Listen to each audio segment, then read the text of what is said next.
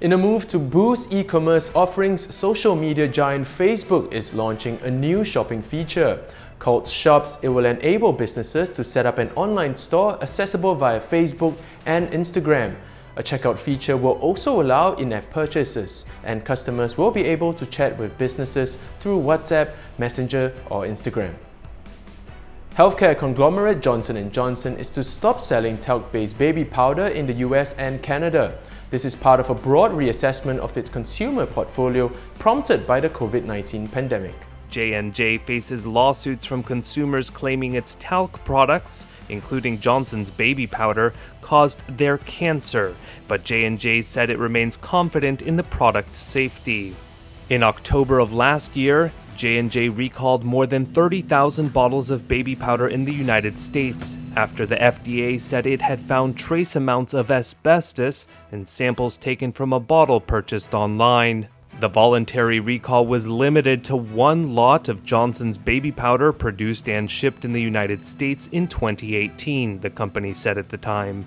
In December 2019, Johnson & Johnson said that tests showed that its baby powder was free of asbestos after FDA investigations reported trace amounts of the material in the product. Thanks to facial recognition, a Chinese man who was kidnapped as a toddler 32 years ago has been reunited with his biological parents. He was just 2 when he was snatched from outside a hotel in Xi'an in 1988 and sold to a childless couple who raised him as their own. Police had acted on a tip-off and aged one of his childhood photos before tracking him down, with a DNA test later confirming his identity. Record British fundraiser Colonel Tom Moore is set to be knighted after a special nomination by UK Prime Minister Boris Johnson. Colonel Moore raised £33 million for the National Health Service in the run-up to his 100th birthday last month, when he completed 100 laps of his garden.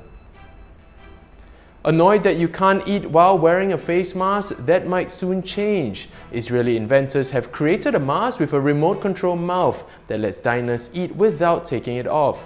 They say the device could make a visit to a restaurant less risky. With a squeeze of a lever, a slot in the front of the mask opens. The company plans to manufacture the mask within months. I'm Dylan Ang, back to you. Oh my goodness, I think the mask actually looks quite silly. So Jan, would you actually wear that in public? I mean, if it allows me to dine in with my friends, why not, right? Although it does look creepy. Yeah, it looks but insane. Hey, I guess if it protects myself, it protects, my friends, why not? Right, I don't think it'll take off though, because you have to use a lever to open the slot, right? So, and can you imagine eating with like a fork and a knife, or like a spoon and a fork? I don't think that's actually very possible.